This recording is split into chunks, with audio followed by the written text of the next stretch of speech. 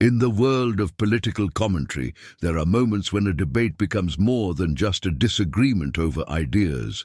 Sometimes it becomes a test of confidence, preparation, and the ability to handle tough questions under pressure. Over the years, we've seen countless political figures and commentators step into heated interviews, defend their positions, and face challenging opposition. But every once in a while, there's an interview that stands out because of how quickly the dynamic changes. And this is one of those moments.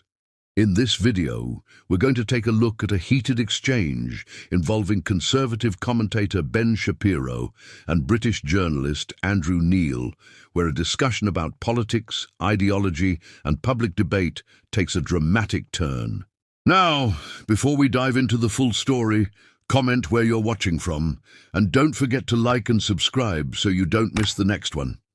This interview has been discussed for years because of the intense back and forth between both sides. What begins as a conversation about American politics, media, and conservative ideas quickly becomes a battle over credibility, past statements, and whether political commentators are contributing to the divisions they often criticize. To be clear, this interview is from several years ago. But the reason it continues to attract attention is because the questions being raised are still at the center of political conversations today. How should public figures respond when challenged? Where is the line between strong criticism and personal attacks? And can political debates remain productive when both sides believe the other is acting in bad faith? So today, we're going to watch this exchange, break down the key moments, and look at what really happened when one of America's most recognizable conservative voices faced a tough interview from a British journalist known for his direct questioning style. Let's get into it. Ben Shapiro, you're followed by millions of people online and on social media. You're one of the biggest names in American conservatism. What is it you think you're tapping into?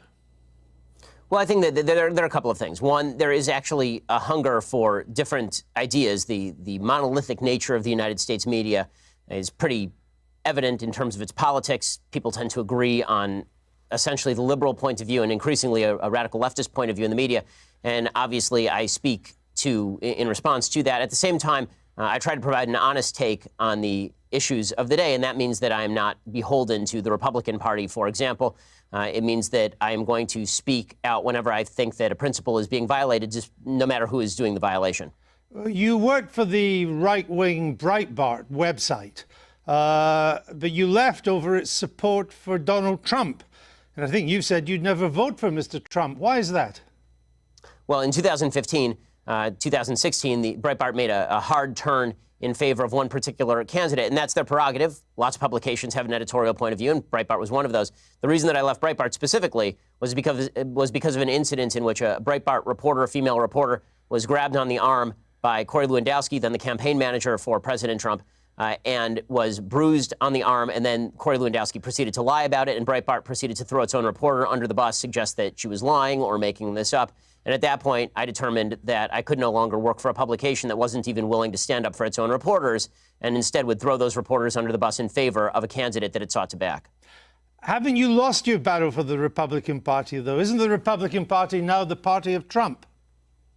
No, I mean, I think that the Republican Party is always the party of whomever is the president, technically speaking. But in terms of who are the sort of the thought leaders inside the conservative movement, who are the people who are driving a lot of the discussion inside the conservative movement, I don't think that's correct at all. I think that most Republicans see President Trump as a vehicle for their policy preferences, but that doesn't necessarily mean that they agree with all of his personal foibles or the way that he behaves or the things that he says. And I think a lot of Republicans respond in anger to the media attacking President Trump, mainly out of a reactionary and half-appropriate upset that the media seem to have a double standard when it comes to covering certain politicians. I'm interested that you think there's a thought movement inside the Republican Party.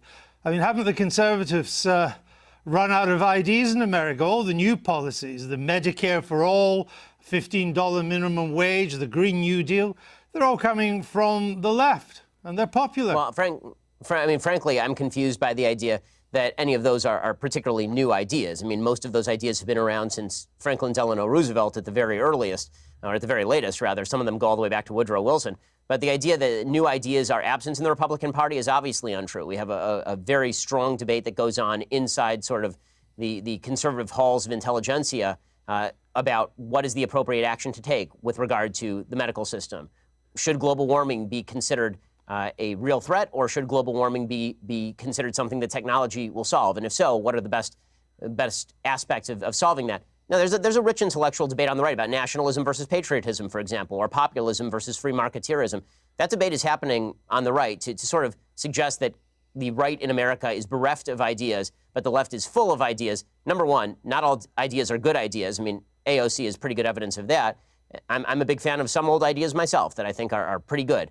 But beyond that, I think that it is intellectual sneering of the highest order to suggest that only the left has new and decent ideas. Some of the ideas that are popular in your side of politics would seem to take us back to the Dark Ages. Georgia, new abortion laws, which you are much in favor of, that a woman who miscarries could get 30 years. A Georgian woman who travels to another state for an abortion procedure could get 10 years. These are extreme hard policies. Well, okay, a couple of things. One, I'm not sure. I mean, frankly, I don't know whether are you an objective journalist or are you an opinion journalist? I'm a journalist that asks questions. Okay, so you're a supposedly objective journalist calling policies with which you disagree barbaric and suggesting only one side of the political aisle has ideas. So I just want to point out that I wish you would at least be honest in your own biases. Mr. Shapiro, I know that broadcasting in America is now so polarized that on one program you only have the left and another one you just have the right. My job is to question those who have strong views and put an alternative to them. If you were an anti-abortion person, I would be putting pro-abortion questions to you. But you are really would you call the pro-choice position? So why don't you just answer my question, sir? I'm happy to answer your question.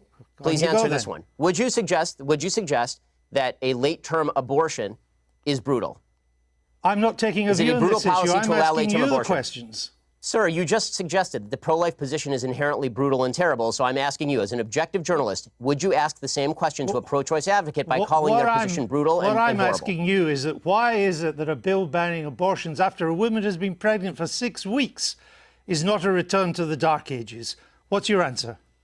My answer is something called science. Human life exists at conception. It ought to be protected. Now, back to my question to you. You purport to be an objective journalist. BBC purports to be an objective down-the-middle network. It obviously is not. It never has been. And you as a journalist are proceeding to call one side of the political aisle ignorant, barbaric, and sending us back to the Dark Ages. Why don't you just say that you're on the left? Is this so hard for you? Why can't you just be honest? Seriously, it's a serious question. Mr. Shapiro, if you only knew how ridiculous that statement is, you wouldn't have said it. So let's move on. Would you vote for Mr. Trump? I think it's pretty evident from your own questions exactly what you are, sir. Would you vote for Mr. Trump in 2020? I'd certainly consider voting for Mr. Trump in 2020, just like I'd consider voting for anybody else in 2020. But didn't you once say that you'd never vote for him? I said that I wouldn't vote for him in 2016. And then I wrote a column for National Review explaining the conditions under which I might change my mind. You're a culture war warrior. Isn't he largely on your side? You wrote once it was unlikely he'd appoint conservative judges to the Supreme Court. He has. Right. So you were wrong. I like many of President Trump's policies, even if I still have serious reservations about his personality and character. Do you think there's a Democrat that could beat him in 2020? Sure, I think there are several Democrats who could beat him in 2020. Who would have the best chance? I think that Joe Biden is likeliest to beat him, considering that he has significant appeal in a lot of the Rust Belt, in places like Pennsylvania, Michigan, Wisconsin, the places that President Trump needs to win to retain the presidency. And Joe Biden also has a long history in politics, which means that the American people already have sort of a preconceived vision of him. President Trump, as a campaigner, is very good at dragging unknowns through the mud or at exposing details about people that are previously sort of covered up. But when it comes to Joe Biden, he's been well exposed for a very long time. Most people know him, and he's not nearly as unpopular even going in as Hillary Clinton was in 2016. So if it was a close race between Mr. Biden and Mr. Trump, you would, from what you say, I think, probably go for Mr. Trump. Yes, I would vote for Mr. Trump if it were a race between Biden and Trump, because I think that the damage that President Trump has done to the country on a character and rhetorical level has already been done and cannot be undone. I don't see it as getting worse day by day. That is the new status quo, unfortunately. Now the question becomes which policies I would most like to see enacted, and Trump's policy preferences are closer to my own than Joe Biden's are. Now, you're a star of new media, of conservative new media. You and others on the left and the right, you position yourselves as supposed tellers of hard truths. But haven't you all just really coarsened public discourse in America and exacerbated its divisions? You know, it's kind of odd to be hearing about me coarsening public discourse when you call policies you disagree with brutal and bringing us back to the Dark Ages, sir. The point, I don't want to return to it, but the point was to put a position for you to reply to it. And I thought we'd covered that. I'll put some of the points too, because on your videos, characterization of issues is part of the problem in the coarsening of public debate. Well, maybe it's also part of your problem too, because we have from your YouTube videos, Ben Shapiro destroys the abortion argument. Ben Shapiro destroys transgenderism and abortion. Is that not a kind of coarse public discourse? Well, are those videos labeled by me? I have no idea. But why are you picking out? Why are you? I have a question. Why are you picking out random YouTube videos put up by people who are not me? Are you and then attributing the titles to me? Are you unhappy with the way they've been described?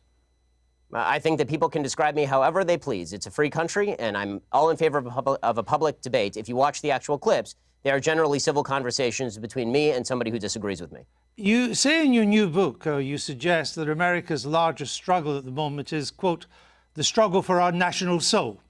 We are so angry at each other right now. And I think that's true. I've just returned from the United States. But aren't you part of the problem with the way you go about your discourse, not the solution? I think we can all do better in our discourse, but the fact that I've reached out to so many people across the aisle to have conversations with them is pretty evident. The fact that I was willing to walk from a publication that was paying me money over principle is pretty evident. The fact that I've called out President Trump, a member of a party of which I am a member, repeatedly when I think that he has done things that are immoral, I think is decent evidence that I'm looking at least for a civil conversation. Well, as you say in your book, you say that there's quite a key phrase, we are so angry at each other right now.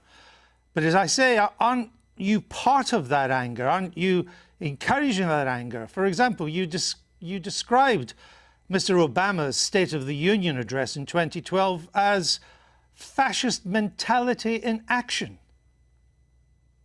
Well, I think that if you want to argue with the characterization, then we can talk about what exactly his State of the Union address said. Is it charged language in politics? Sure. The problem that I have is not with charged language in politics, which I'm generally in favor of. I like a robust public debate and a very loud and spirited public debate. I have no problem with that whatsoever. What I'm talking about is the assumption that people with whom we disagree politically are inherently of bad character or, in your words, want to bring us back to the Dark Ages. But again, it was your description of the State of the Union address in 2012 as fascist. The wording of President Trump's 2012 address was bad and wrong. There are plenty of things that are bad and wrong, but it doesn't make them fascist. Well, I suppose that's true. But if you would like to, again, if you'd like to read me the column out loud, I suppose I can critique it for you. Oh, well, again, with Mr. Obama, you said, and you're Jewish yourself. I only mention that because to put this in context. The Jews who vote for Obama are, by and large, Jews in name only. Ginos, you call them. My statement was based on the fact that Jews in the United States, as an ethnic group, are largely irreligious, which is true by every single poll. Jews are the most irreligious group in the United States. As an Orthodox Jew who actually takes Judaism seriously, the point that I am making is that most Jews who are ethnically Jewish are not religiously Jewish in any context. No. The point you were making is that Jews who vote for Obama are Jews in name only. I said that, yes, that is correct, that Jews who voted for Barack Obama, a progenitor of the Iran deal, a person who was cracking down on religious liberty, a person who spent much of his career as president of the United States attempting to deprive Israel of the necessities to defend itself, that people, Jews who voted for President Obama, by and large, cared about Judaism far less than they did about other priorities. Did you say they should turn their badge in as a Jew? Yes, I believe that if you are somebody who takes Judaism seriously, that comes along with ideological commitment. I mean, I guess. Also, I hope you're having fun, by the way, going through every old tweet that I've ever sent to try and do gotcha questions. But if you'd like to have a discussion about my general philosophy or things I've done in, say, I don't know, that's 2012, so it's now 2019. If you'd like to discuss something I've done in, say, like the past 5 years, why don't we do that? How about that? Because your book is a criticism of how angry America is and how America has to do better. And I'm simply I have an entire list on my website, sir. On my list, I have an entire website of dumb, bad things that I've said. I'm simply trying to point out some of the things you've said that seem to me to help to stoke that anger. For example, you said Israelis like to build, Arabs like to bomb crap and live in open sewage. Well, as I say in an article entitled, here's a list of all the giant, bad, dumb things I've ever said. Was that dumb? Well, yes, that's a dumb tweet. And not only, but it is also important to mention that the next few tweets clarify that that tweet is specifically referring to the Hamas leadership, which, by the way, a BBC I've seen is relatively reticent to condemn. No, actually, it wasn't. What you went on to do and say, you are correct about the slur on Arabs. It's not all Arabs that want to live in open sewage and blow things up. It's just Palestinians, you went on to say. No, it says the ones who take sides against Israel in the Israel-Palestinian conflict. Population is rotten to the core, you went on to say. Not Hamas, the Palestinian Arab population. I say that by poll numbers, they elected Hamas. They elected Hamas. They educate their children in school that Israel should be obliterated, sir. I guess. If you want to read, honestly, this is a giant waste of time in the sense that the entire interview is designed for you to shout slogans or old things that I've said at me. I don't see how this forwards the debate. You talk about undermining the public discourse. It seems to me that simply going through and finding lone things that sound bad out of context and then hitting people with them is a way for you to make a quick buck on BBC off the fact that I'm popular and no one has ever heard of you. There are not many bucks to be made on the BBC, unlike American broadcasting, Mr. Shapiro. The point I'm trying to make is that your words are hardly designed to produce the consensus and understanding that the book seems to want to produce. That's my point, that you write about, Judeo-Christian culture and so on, but so much of what you've said in the past would seem to turn its back on Judeo-Christian culture. You're lecturing me on Judeo-Christian culture after you call the pro-life position barbaric? I just asked you a question. And I asked you a question. You failed to answer a single one of mine. Frankly, I find this whole thing a waste of time. If you want to read the book and critique the book, why don't you read and critique the book? If you want to critique me, you can think whatever you want of me. Why don't you frankly, just try and I don't care. I don't frankly give a damn what you think of me since I've never heard of you. And I've never heard of you until I briefed myself for this. But that's not the issue. You have a new book out. Then why the hell are you interviewing me, sir? It's an interesting book. But my point is, your book claims that society... Well, it'd be nice if you would quote it from time to time. Your book is... Well, actually, I've done so several times, and I'm about to do so again, if you would let me just finish the question. Your book claims that society is turning its back on Judeo-Christian values. Yeah, what are those values? What are the values it's turning its back on? I'm not inclined to continue an interview with a person as badly motivated as you as an interviewer. So I think we're done here. I appreciate your time, sir. All right. Thank you so much. Thank you for your time and for showing that anger is not part of American political discourse. Now, Mr. Shapiro, we'll say goodbye. Before we wrap things up, I just want to address something quickly. First of all, apologies for the interruption that appeared on the screen around the 6-minute mark during the video. That was an editing issue, and I appreciate your patience while watching through it. But now, looking back at the interview itself, the big question is, what do we make of what we just watched? This was an intense exchange from beginning to end. Whether you agree with Ben Shapiro's political views or disagree with them, there's no denying that this interview became one of the most talked about moments of his media career. What started as a conversation about conservatism, American politics, and public debate quickly turned into a much broader argument about how political figures defend their past statements, how journalists challenge public personalities, and whether commentators can separate criticism of ideas from criticism of individuals. The reason this interview continues to be revisited years later is because it highlights something important about modern political media. Public figures are not only judged by the arguments they make today, but also by the words and positions they have expressed in the past. When someone becomes a major voice in politics, every statement, every article, and every controversial opinion can become part of the conversation when they step into the spotlight. And in this case, Andrew Neil's questioning style put Ben Shapiro in a position where he had to respond directly to some of those previous comments and explain the context behind them. Now, viewers will naturally have different opinions about who handled the exchange better. Some will argue that the interview was a fair challenge from a journalist doing his job.